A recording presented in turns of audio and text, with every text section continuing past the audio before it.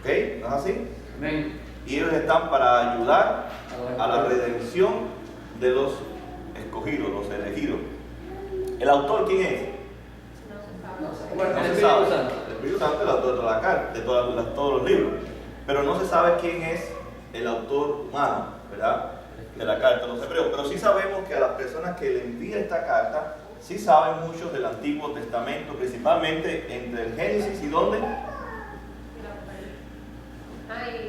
Mateo, el Nuevo Testamento. Levítico. Juanito, están más maestros yo. Me van a quedar mal frente a la parejita nueva que empezó hoy. Yo lo voy a preguntar.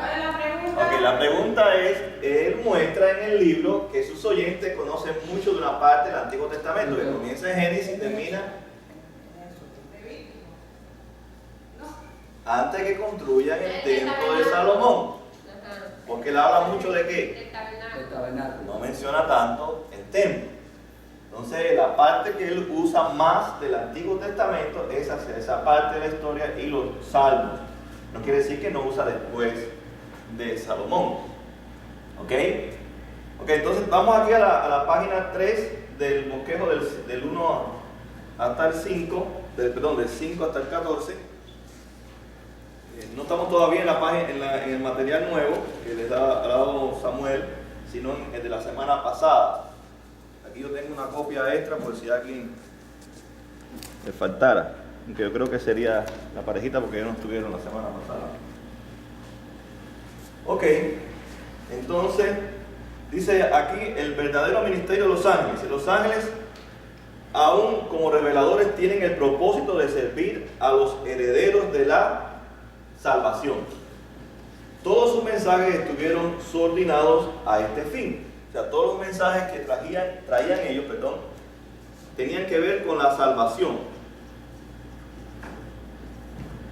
¿ya?, del pueblo de Dios.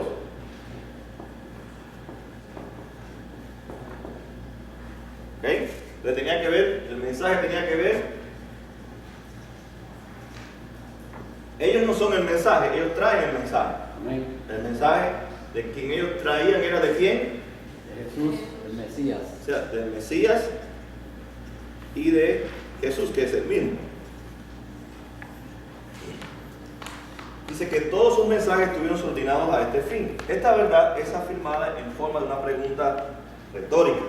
Es una pregunta retórica, es una pregunta a la que no se responde con una respuesta, más bien con una fuerte manera de declarar algo, aunque tenga la forma de una pregunta. Tiene fuerza persuasiva, por ello se emplea tanto en la oratoria y en la argumentación.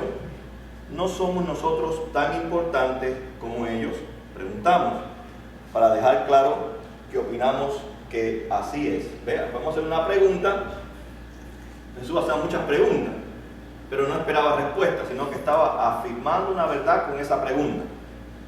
Por ejemplo, aquí este ejemplo que dice, ¿no somos nosotros tan importantes como ellos?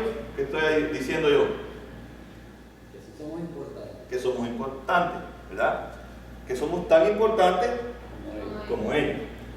Entonces, es para dejar claro que nosotros, ¿cuál es nuestra opinión? Mi opinión es que yo soy tan importante como ellos. Así que los ángeles son enviados, no se mandan ellos solos, ellos obedecen, son comisionados, tienen una comisión, tienen que cumplir con su propósito.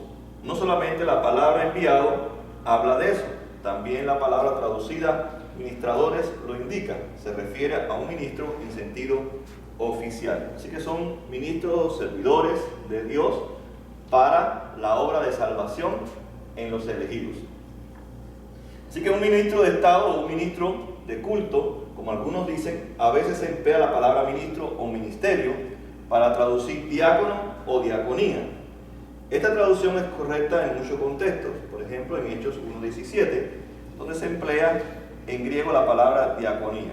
Aquí en Hebreos 1:14, la palabra griega es leiturgikos, la raíz de nuestra palabra litúrgico, que es siervo o ministro en lo que hemos llamado en el sentido oficial. Los ángeles entonces son espíritus litúrgicos, ¿verdad? Como dicen en el griego, o sea, están para ministrar, están para servir. Quizás una buena traducción sería espíritus administradores o encargados oficiales. Este es su oficio, el del bienestar de los que han de heredar la salvación. La tarea de los ángeles es digna, importante, porque está en función de un propósito sublime. Tienen que colaborar con lo que hace el autor de la salvación. Lo vamos a ver ahora en el capítulo 2. Su tarea está subordinada a la obra de Cristo, haciendo que la revelación que viene en Cristo, la final y completa revelación, sea inmediatamente superior. Esto da pie a la exhortación que nos sale al encuentro ahora en el capítulo 2, del 1 al 4, que estudiaremos en las siguientes de la salvación. Entonces, muchas personas que por ahí que no son salvadas, si dicen, bueno, un ángel me ayudó, o un ángel me está cuidando, ¿qué podemos decirle a esa persona? Okay. Piensa bien lo que estás diciendo. Pero ¿qué podríamos decirle que está equivocada, pero cómo podemos ayudarla, verdad? No, que la palabra de Dios dice que los ángeles son mensajeros de Dios para los escogidos, para la salvación. O sea, tendríamos que citarle Hebreos, capítulo 1, ¿verdad? Y darle una información sobre lo que la Biblia dice sobre los ángeles. O sea, ellos no están para cuidar a los que no son los elegidos, sino a los que son elegidos. Algunos ejemplos en el Nuevo Testamento, que los ángeles fueron enviados para protegerlos a ellos. Bueno, protección lo enviaron los ángeles que enviaron a María para hacer el anuncio. Pero bueno, un poquitico más adelante, que tiene que ver con... A Pedro cuando lo sacaron de la cárcel. A Pedro cuando estaba en la cárcel, dice que el ángel, ¿verdad?, le dijo, sígueme, y ve por aquí, por esta calle, pero de pronto Pedro vio que se desapareció el ángel, y él fue de donde estaban sus discípulos, tocó la puerta, salió la señora, ¿se acuerdan? En la historia salió la señora y dice, ahí está Pedro, pero no creía. Ok, a Pablo, ¿dónde también?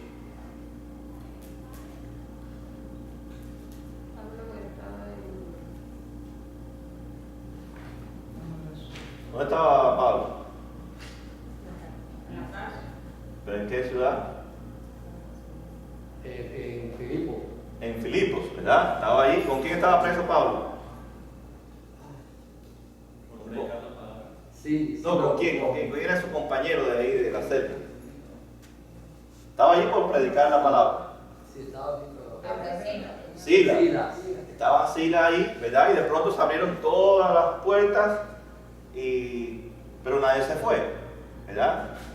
Pero el ángel usó todo ese terremoto que hubo allí, ese estruendo, para mostrarle que ahí estaba el carcelero, y Pablo después le habla sobre la salvación. ¿Okay? Entonces vemos que también eso fue obra, los ángeles cuidándolo. ¿Por qué? Porque dice, pues, el carcelero curó sus heridas, dejó su casa, etcétera, etcétera. Y después salen al suelto ellos entonces. Ok, entonces vamos al capítulo 2 hoy. ¿Alguna preguntilla que tengamos? Entonces queda claro que los ángeles no son superiores a Cristo en nada. ¿Ok? Que no existe esa teología por ahí de que los ángeles cuidan de nosotros, que los ángeles tienen, ciertas personas tienen ángeles que los cuidan, que fue un ángel que mandó Dios, ¿verdad? Ahora el Espíritu Santo vive en nosotros. Entonces, ¿quién es nuestro protector? ¿Quién es nuestro proveedor? El Espíritu Santo. ¿Okay? El Espíritu Santo de Dios. Ok. Uno puede decir, no, parecía que fue como un ángel que esta persona para mí, pero no en sentido literal, ¿no? De que es un ángel. ¿Ok? También es que Dios coloca personas para que nos ayuden, para que estén con nosotros en los momentos que Dios sabe que necesitamos. Ajá. ¿Cómo le llama, cómo se dice eso en la Biblia? ¿Cómo cuando Dios usa a otras personas? ¿Son ángeles o cómo son? ¿Qué son? A ver. Son instrumentos, ¿verdad? Son instrumentos de Dios, ¿verdad? Que es como si tuviéramos la ilustración, como si hubiera una caja grande de muchas herramientas, ¿verdad? Un mecánico, un pintor, un carpintero, ¿verdad? Que tiene un montón de herramientas y dice, bueno, voy a usar la sierra, o voy a usar la 916, o no sé, voy a usar el robo, ¿verdad? Dios tiene una caja de herramientas que hay personas ahí, circunstancias, y Él, según su voluntad, Él la va usando. Quiere decir que usted, como Dios lo usa una vez, no quiere decir que lo va a usar siempre usted, porque hay más personas como medios e instrumentos de la mano de Dios. ¿Okay? Y entre eso no están los ángeles, estamos la iglesia, el cuerpo de Cristo. Aún los creyentes y los no creyentes están dentro de instrumentos de Dios, ¿verdad? Está el dolor, está la enfermedad, aún el pecado es un instrumento en las manos de Dios. No es que Dios provoca el pecado, ni el sufrimiento, ni el dolor, pero eso se da por la caída y Dios usa también como un instrumento. Porque, por ejemplo, lo usó en la vida de José. No usó la maldad y el pecado como un instrumento para llevarlo hasta allá, hasta Egipto, para salvación de su pueblo, como pudo entender después José. O sea, vemos algunas mentiras de Jacob, el miedo de Abraham. Dios lo usó como un instrumento. Él no proveyó el miedo, Él no proveyó la mentira en la vida de ellos. Ellos nacieron en pecado. El miedo nació en Abraham. Él no lo adquiere después. Y Jacob no fue mentiroso después que nació. Él nació con el pecado. Lo que él desarrolla, esa área de su vida de mentir. Y de Abraham de tener temor, tener miedo. Pero Dios usó, ¿verdad?, esas realidades de ellos para lograr sus propósitos. Así que aún el sufrimiento, el pecado, Dios, aunque no es parte de él, lo usa como un medio. Como también a las personas no cristianas como Nabucodonosor, Darío, Astarte y otros más dentro de la Biblia, que están ahí y Dios los usa como instrumento para disciplinar a su pueblo, para bendecir a su pueblo, para liberar a su pueblo, para construir el templo, para volver a traer el pueblo de Dios a la ley, aunque él no tiene nada que ver con la vida de pecado de esa persona. ¿Ok? Entonces lo que estamos tratando en el capítulo 1 y capítulo 2 es el mismo tema, la superioridad de Cristo sobre los ángeles. ¿Cuál es el tema de los sermones que hace el autor? ¿Cuál es la serie? El nombre de la serie. El sacerdocio de Cristo. El sacerdocio de Cristo. ¿Verdad? Entonces quiere decir que la carta está escrita en forma de sermones, y después lo que Dios hizo, ¿verdad?, que hizo aquí una serie que es el sacerdocio de Cristo, y el primer sermón que él habla es la superioridad de Cristo sobre los ángeles. Quiere decir que él va a ir desarrollando dentro de su carta el tema de la superioridad de Cristo. Por eso usted ve que se vuelve a repetir y se vuelve a repetir y se vuelve a repetir, porque él quiere dejar bien claro a la audiencia la superioridad de Cristo sobre todo. Y ahora en el capítulo 1 y 2 está hablando sobre los ángeles. ¿Okay? Por Colosenses sabemos que Pablo trata el problema del asunto de los ángeles en su tiempo, ¿se acuerdan? Que muchas personas le daban identidad a los ángeles y potestad a los ángeles. Así que posiblemente, dice algunos escritores, que este autor estuvo en contacto con enseñanzas de Pablo, porque dentro de la carta se ve que él trae algunas enseñanzas del apóstol Pablo y no las contradice, como en el caso de los ángeles. ¿Ok?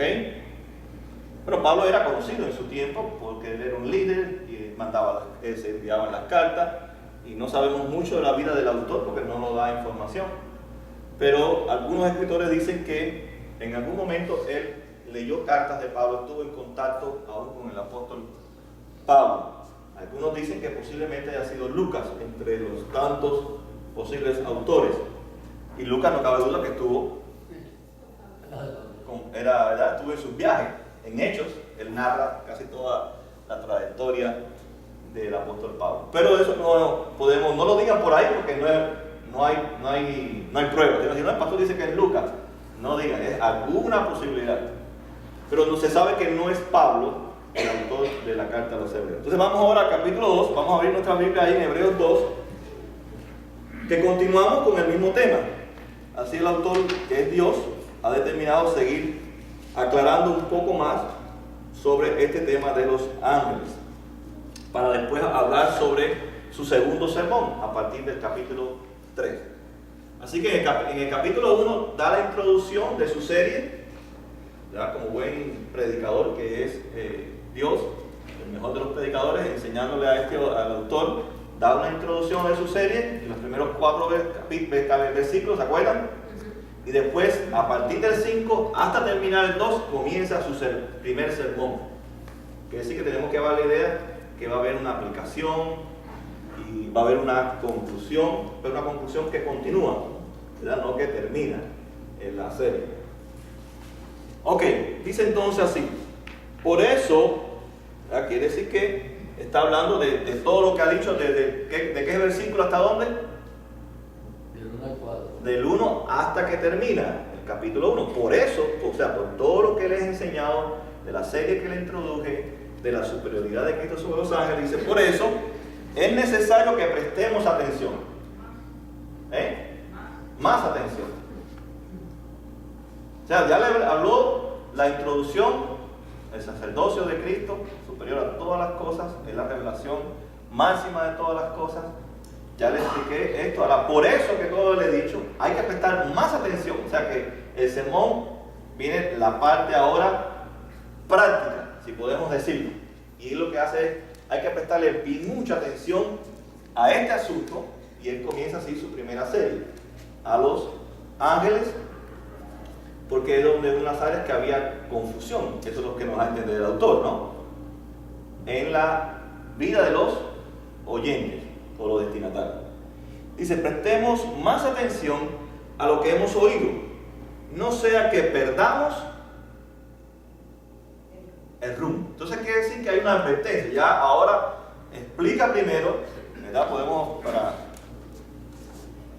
Entonces podemos decir que del 5 hasta el 14 es como el cuerpo del sermón. Aquí está toda la sustancia. Entonces dice ahora en el capítulo 2, ahí viene entonces ahora la parte que llama la advertencia y la aplicación. ¿Ok? Entonces dice, por esto que ya le dije anteriormente, le di toda la sustancia, ahora les voy a explicar por qué esto es importante. Y dice, por eso, presten más atención para que no pierdan ¿qué? El rumbo. ¿Okay? Entonces, quiere decir que en esta parte del sermón hay un peligro, que es perder el rumbo. Pero, si usted no tiene eso en cuenta, no va a entender la parte que él dice, cuidemos con temor y temblor nuestra salvación. Si usted no entiende esta parte, va a pensar que de usted depende su salvación. ¿Usted la cuida o usted la pierde? Pero él no está hablando de perder ni de ganar. Él está hablando de perder el rumbo, o sea, desenfocarme, deslizarme, descuidarme de todo esto, y yo puedo hacer que caiga sin darme cuenta en la adoración ¿a qué? A los ángeles, y a decir que los ángeles ¿qué?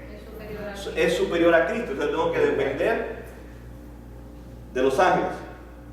¿Ok? ¿Por qué? Porque eso podemos decir entonces, en la cultura donde ellos estaban, eso era lo que se movía. Nosotros podemos decir, ahora en este tiempo, ¿verdad? Tenemos que prestarle bien atención sobre el sacerdocio de Cristo, sobre nuestras vidas, porque tantas cosas están diciendo que nos pueden desviar, ¿así? O hacernos deslizar y pensar que eso es superior a Cristo.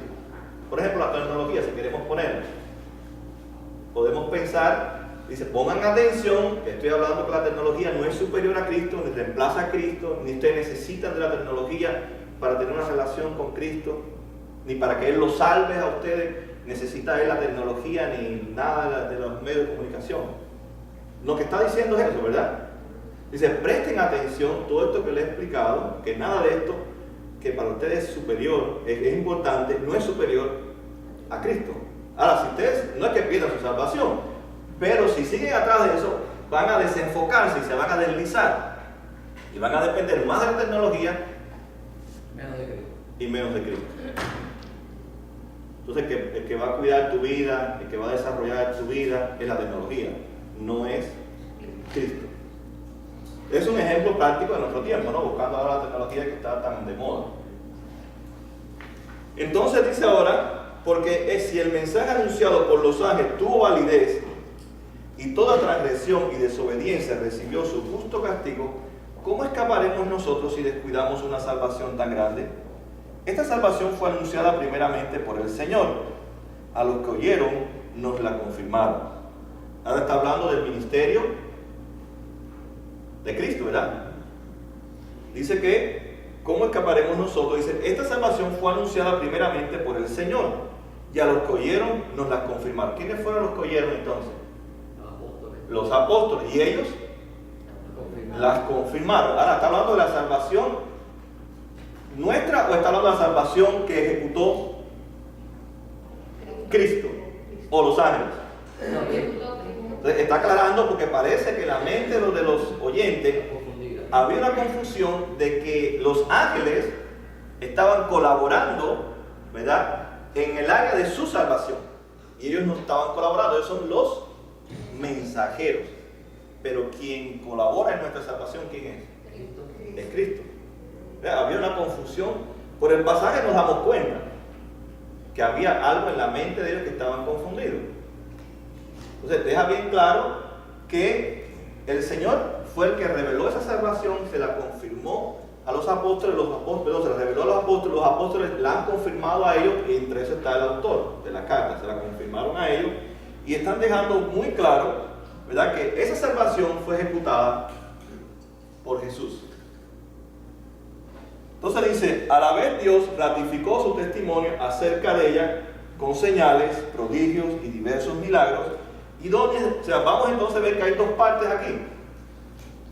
Jesús hizo milagros, ¿verdad? Amén. Señales, Amén, para mostrar que es el Hijo de Dios. y que solamente Él puede obrar la salvación en su pueblo. Pero dice también la segunda parte, porque está hablando de que fue confirmada a los apóstoles y así nos llegó, fue revelada a los apóstoles y se nos confirmado a nosotros. Y él dice entonces ahora en la segunda parte, dice, Dios ratificó su testimonio acerca con señales, prodigios y diversos milagros y dones distribuidos por el Espíritu Santo según su voluntad. Este versículo habla de 1 de Corintios, ¿cuál? 14, los 12. El 12. Por eso muchos piensan que él tuvo en contacto con Pablo y las enseñanzas de Pablo, principalmente con la carta a los Corintios, porque está hablando de dones. O sea, los dones no los da entonces los ángeles. Lo está aclarando, porque es el tema que está llevando en el sermón, ¿se acuerdan? Entonces, ¿quiénes dan los dones? Cristo. Cristo a través de su Espíritu, Espíritu Santo. Él es el que da los dones entonces, para que yo persevere en mi salvación y para que yo crezca en mi salvación. Ya están entendiendo el versículo que dice, ahora, como dice el versículo, cuiden o no descuiden su salvación que es tan grande. O sea, porque Él ha hecho algo tan grande en nosotros que fue morir por nosotros en la cruz del Calvario. Se le pone la salvación a algo hiperbólica, algo bien grande, que no se puede comparar con lo que ha hecho o hicieron los ángeles, que es solamente ser enviados de Dios. Nos ha dado, dice aquí, Dios no puso bajo el dominio de los ángeles el mundo venidero del que estamos hablando, como alguien ha atestiguado en algún lugar, que es el hombre para que en él piense, que es el ser humano para que lo tengas en cuenta. A ver, ¿qué salmo es ese? No, es lo más bajito. Entre el 1 y el 10 está. El 8, Salmo 8. Y lo hiciste poco menor que los ángeles y lo coronaste de gloria y de honra y todo lo sometiste a su dominio. Si Dios puso bajo él todas las cosas, entonces no hay nada de que no le esté sujeto. Ahora bien, es cierto que todavía no vemos todo lo que le esté sujeto. Sin embargo, vemos a Jesús, que fue hecho un poco inferior a los ángeles, coronado de gloria y de honra por haber padecido la muerte.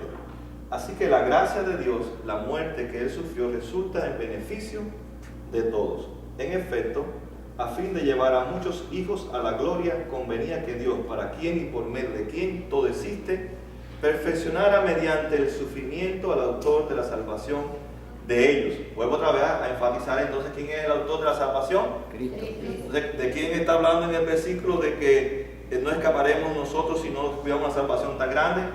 De Cristo. Está hablando de la salvación que Cristo ejecutó en el Calvario. Dice, los ángeles fueron coronados, dice que sufrió resulta en beneficio de todos. En efecto, Dios, a quien por medio no existe, perfeccionará mediante el sufrimiento el autor de la salvación de ellos, tanto el que santifica como los que son santificados tienen un mismo origen, por lo cual Jesús no se avergüenza de llamarnos hermanos, cuando dice, proclamaré tu nombre a mis hermanos, y en medio de la congregación te alabaré. En otra parte dice, yo confiaré en él, y añade, aquí me tienen con los hijos de Dios me ha dado, que los hijos de Dios me ha dado. Por tanto, ya que ellos son de carne y hueso, él también compartió esa naturaleza humana para anular mediante la muerte al que tenía el poder, el dominio de la muerte, es decir, al diablo, y librar a todos los que el temor de la muerte estaban sometidos a esclavitud durante la vida. Ya aquí comienza la parte práctica, ¿no? La aplicación, cómo esto ahora funciona en nuestras vidas. El conocer que Cristo es superior a los ángeles. Comienza a decirlo a partir del versículo 14 hasta el final. Después lo vamos a ver en el desarrollo del tema. Dice, pues ciertamente no vino en auxilio de los ángeles, sino los descendientes de Abraham. Por eso era preciso que todos se asemejaran a sus hermanos, para que su sumo sacerdote, fiel y misericordioso, al servicio de Dios, a fin de expiar los pecados del pueblo, por haber sufrido él mismo la tentación, pudo socorrer a los que son tentados. Amén. Ok, entonces vamos a entrar ahí en el tema. Nos quedan unos minuticos. Y yo tenía... aquí está. Aquí está aquí.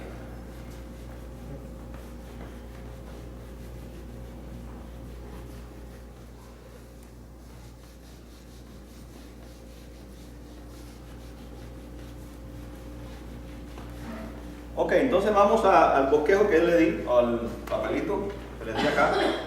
Vamos a leer la introducción, que ya mucho de eso se lo dije ya a medida que íbamos leyendo. Dice, la división de nuestra Biblia en capítulos no es de pura bendición. Esta división en capítulos y versículos es un sistema de localización de maravillosa utilidad, pues podemos encontrar una cita bíblica rápida y eficazmente. Nuestros estudios bíblicos se empobrecen sin esta ayuda. Pero el sistema tiene sus dificultades también. Exige del lector más atención al leer, porque las divisiones entre capítulos y versículos no siempre corresponden al pensamiento expresado en los versículos. O sea, lo que está diciendo que debería haber estado unido todo el capítulo 1 y 2. Es un solo capítulo. Pero al usted leerlo pareciera que como hay un cambio de tema, ¿no? Bueno, el capítulo 2 está hablando de otra cosa ahora, totalmente. Y él viene desarrollando el mismo tema en su sermón, el autor. ¿Ok? Entonces eso es lo que estamos hablando. Entonces, hay que tener cuidado de que cambie de capítulo, no quiere decir que cambie de tema. Entonces requiere más atención de usted seguir leyendo la Biblia. Por eso trato de leerla todo así de corrido para ver hasta dónde, al leerlo usted se da cuenta que hay un cambio en el pensamiento, ¿no? Como si estamos hablando de pelota y rápidamente usted me cambia para el fútbol, usted se da cuenta del cambio. Dice, en este momento me está hablando de otro deporte, no me está hablando de ahora de pelota, porque no me está hablando de como decía Michael ayer, de inning, me está hablando de quarter. Ya se terminó el primer quarter, no se terminó el primer inning. Me está hablando de otro deporte ahora. O sea, al uno al leerlo, uno tiene que darse cuenta cuándo no guiarse, es buena ayuda, ¿verdad? Pero acuérdense que los capítulos y los versículos no son inspirados por Dios. Todo eso es de carretilla, ¿verdad? No tiene nada, ni capítulos ni versículos. Así está escrita en los originales. Para un mejor estudio, para ser más eficaz, encontrar lecturas bíblicas, pues bueno, Dios en su misericordia dio capítulos y versículos. ¿Ok? Así que síganle del lector más atención al leer, porque las divisiones entre capítulos y versículos no siempre corresponden al pensamiento expresado en los versículos. Tenemos que leer con cuidado porque es fácil equivocarse y tomar como una unidad de sentido independiente lo que es un pensamiento ligado. Por eso este capítulo 1, el versículo donde habla sobre guardar o cuidar nuestra salvación con temor y temblor, se ha malinterpretado, porque lo han puesto como si fuera otro pensamiento que tiene el autor. Y está dentro del mismo pensamiento la superioridad de Cristo sobre los ángeles. Quiere decir que el autor no está hablando sobre si perdemos o no perdemos nuestra salvación. Está hablando de la salvación que ejecutó Cristo, la cual muestra que es superior a los ángeles. ¿Ok? Entonces eso me ayuda a mí entonces a no equivocarme al leer la Biblia. Él no está hablando de mi salvación, él está hablando de la salvación que ejecutó Cristo. Lo está poniendo como un ejemplo o como una ilustración, si usted quiere ponerlo así, de esa parte, para mostrarle a su audiencia por qué es superior a los ángeles. O sea, no está tocando todavía, el autor todavía entra después en nuestra salvación, pero todavía el autor no ha entrado en un sermón que tiene que ver con mi salvación, sino con la superioridad de Cristo sobre los ángeles. Pero a lo mejor se confunde cuando dice Que nos descuidemos, claro. no descuidemos la gran salvación. Claro, pero el autor comienza diciendo en el capítulo 2, dice, por eso deben de prestar más atención para que no se desvíen o se deslicen. Pero no está hablando de que nos vamos a deslizar de la salvación, porque esa la ha garantizado Cristo. Sino está hablando de nuestra creencia de que los ángeles sean superiores. O de cualquier cosa en nuestras vidas, que pensemos que Cristo no es suficiente y que necesitamos algo superior a Cristo. ¿Entienden? Es como decir, no se desvíen del rumbo al adorar a los ángeles, que al que tienen que adorar es a Cristo, que fue el autor de la salvación. Claro. Por ejemplo, ahora yo veo una persona que no está leyendo la Biblia, ya ha conocido a Cristo, en momentos de su vida él ha estado leyendo, pasa por una crisis, le digo, te estoy advirtiendo que si no continúas leyendo la Biblia, ¿verdad? vas a tener grandes problemas. Yo le he dicho que ha perdido la salvación, le estoy dando una advertencia. O si alguien, mira, estás comiendo demasiado y te vas a enfermar y tu cuerpo, el Espíritu Santo, no vas a poder tener salud para servir a Dios. ¿Entiendes? Es una advertencia, porque Pablo también habla, dice, soltarnos los unos a los otros. ¿O no es así? Ok. Entonces dice aquí, esta observación viene del caso en cuanto al pasaje que estudiaremos hoy. El capítulo 2 está orgánicamente relacionado con el primero, o sea, es todo lo mismo, ¿no? Mismo tema. La prueba más visible de ello es la fórmula de enlace que se inicia con el capítulo 2. Por eso, o sea, todo lo que le hemos venido hablando hace como una transición. Dice, la estructura es homilética, o sea, es un sermón. Y es pastoral, o sea, de un pastor que está cuidando a sus ovejas, ¿verdad? La está advirtiendo, que son personas ya creyentes. ¿Estamos de acuerdo en eso? Dice entonces, en este estilo de exhortación, el autor identifica con su pueblo, se identifica con su pueblo y dice que prestemos más atención a lo que hemos oído, no sea que perdamos el rumbo. Todo esto exige una lectura continua y un estudio bíblico. Cuando a fuerza tenemos que ir parte por parte, tenemos que hacer resaltar la unidad del pasaje. Todo el estilo nos hace pensar que la carta a los hebreos fue una serie de sermones que más tarde fue reproducida en forma de tratado, o sea, de carta. Los elementos estilísticos a veces son importantes. En este capítulo 2, por ejemplo, debemos de notar el uso de enlaces con preponderancia de la palabra por qué, porque hay también otros así que, por lo cual, pues, la cual, pero vemos. El estilo es hilativo, es importante aquí también. Y también es importante notarlo. Todo esto quiere decir que si seguimos el mismo tema de antes, la superioridad del Hijo como el final revelador, especialmente con referencia a los ángeles. Quiere decir que entonces que tenemos que ver que el capítulo 1 y 2 es lo mismo. El tema es la superioridad de Cristo sobre los ángeles. Y como los pensamientos de Dios son claros, Dios no confunde al lector. ¿Ok?